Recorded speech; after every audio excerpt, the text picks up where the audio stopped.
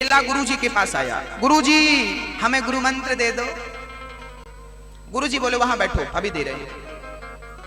तब तक वहां झाड़ू लगाने वाली आई और झाड़ू लगाती लगाती उसने एक झाड़ू जमाया उसको, उठ यहां से, बैठ गया।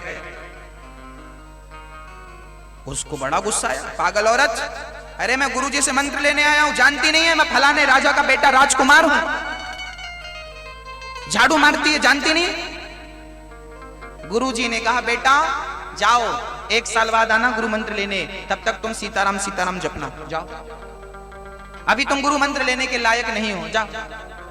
गुरुजी ने कहा ठीक है जाओ। चेला गया, 1 साल बाद फिर आया, गुरुजी आ गया, गुरु मंत्र दे दो। वो झाड़ू लगाने वाली आई और झाड़ू लगा के पूरा कचरा उसके सिर पे उड़ेल दिया। इसको बड़ा गुस्सा आया, पागल औरत, पिछली बार तूने झाड़ू मारी, इस बार तूने तो कचरा डाल दिया, तेरा दिमाग पागल हो गई, गुरुजी इसे हटाओ। गुरुजी मन में सोचे ये अभी भी कच्चा है, अभी भी मंत्र लेने के लायक नहीं। गुरुजी बोले जाओ अगले साल आना। और अगले साल तक क्या करें गुरुजी? बोले सीताराम सीताराम का जाप करना, जा करके उसने एकांत में सीताराम सीताराम राधे श्याम का प्रेम से जाप किया।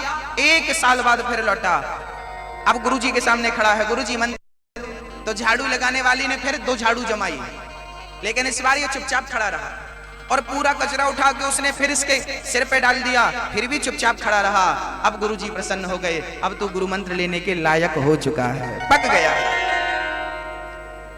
अब हम तुझे देते हैं। हमारे बीच में आज के अतिथि के रूप में भैया श्री चिंटू चौकसे जी पधारे हैं, जोरदार करतल ध्वनि करें। आप क्षेत्र के पार्षद जी हैं, बड़ी सेवा करते हैं।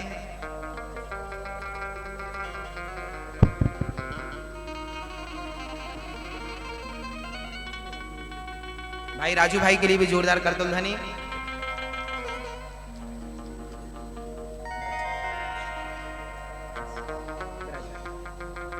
बोलिए भक्त वत्सल भगवान की जय हो।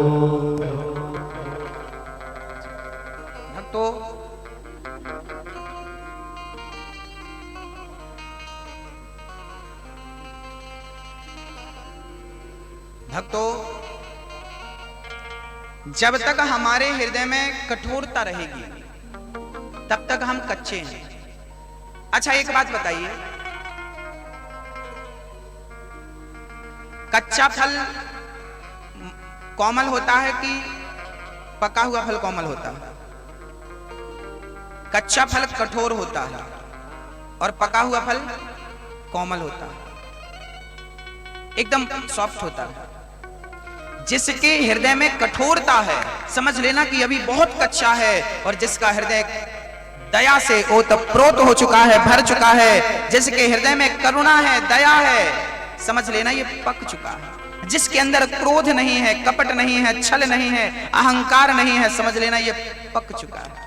और भगवान को कच्चा नहीं पक्का चाहिए।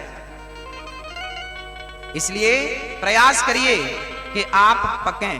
पहला तो अपना स्वभाव बदलिए, अकड़ खत्म कर दीजिए। भगवान श्री कृष्ण को कलंक लगा, झूठा कलंक लगा, क्योंकि उन्होंने गणेश चतुर्थी की चंद्रमा को देख लिया था। और रामचरितमानस कहती है जो आपन चाहे कल्याणा, जो अपना कल्याण चाहता है वो पुरुष को ना देखे, वो स्त्री को ना देखे, देखे तो नजरिया बदल कर देखे। बदल लीजिए अपना नजरिया।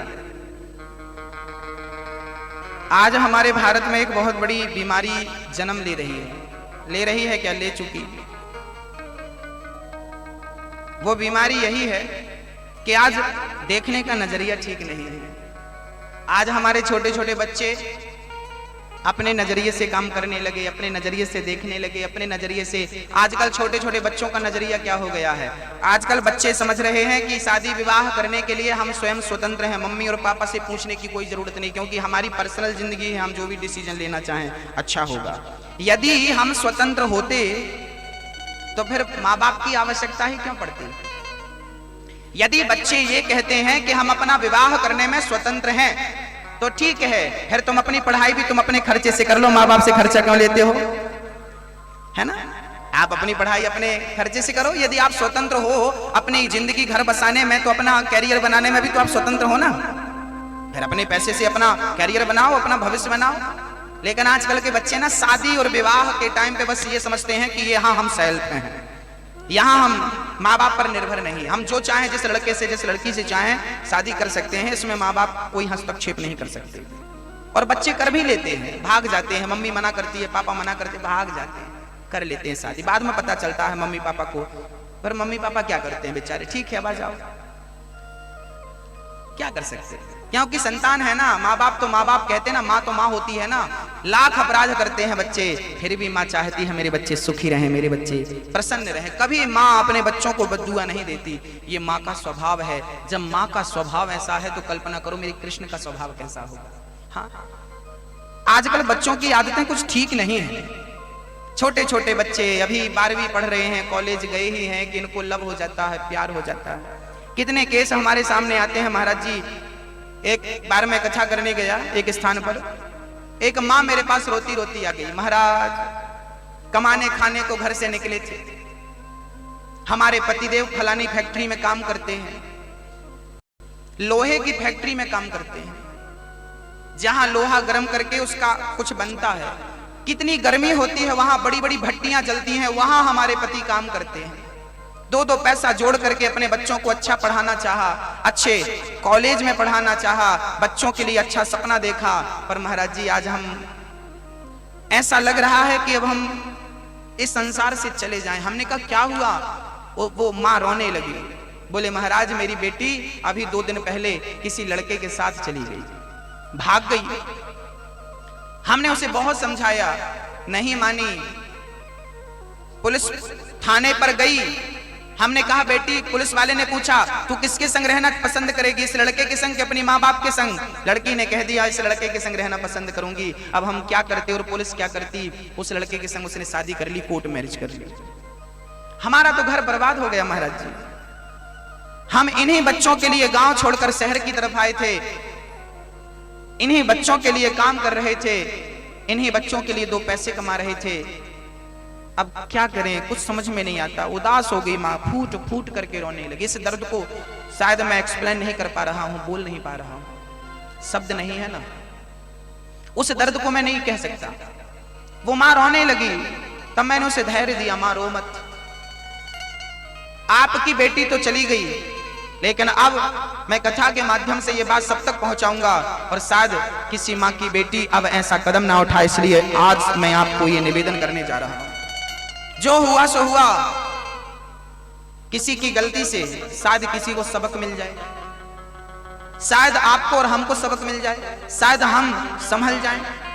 तो आज मैं अपने बच्चों को, अपनी बहनों को, अपने उपस्थित सभी श्रोताओं को, सभी दर्शकों को, सभी भक्तों को कहना चाहता हूं, खासकर उन बहनों से जो अभी जवान हैं, जो अभी स्कूल पढ़ती हैं, जो अभी कॉलेज जाती हैं, उन भाइयों से जो अभी स्कूल और कॉलेज में हैं, जवान भाई हमारे नौजवान दोस्त, उनसे विनती करना चाहता हूं, शादी तो करना ही चाहिए, गृहस्थ जीवन उत्तम है, विवाह करना चाहिए, पर माँ बाप का दिल दुखा के घर बसाना नहीं चाहिए। देखिए घर बसने के टाइम ना बड़ी खुशियां होती हैं, पिता प्रसन्न है मेरी बेटी का विवाह है, माँ प्रसन्न है मेरे बेटे का विवाह है, सारे जगह पर खुशी खुशी हल्दी चावल का कार्ड जाया करता है, बड़े प्रसन्नता से लोगों को बुलाया जाता है, खिलाया जाता है। अरे माँ बाप के पास पैसा नहीं होता तो कर्जा लेकर के वो बेटी और बेटे का विवाह प्रसन्नता से करते हैं, क्योंकि ये प्रसन्नता का कार्य है। लेकिन बच्चे जब मनमानी करते हैं ना तो माँ बाप के दिल को बड़ी ठेस लगती है।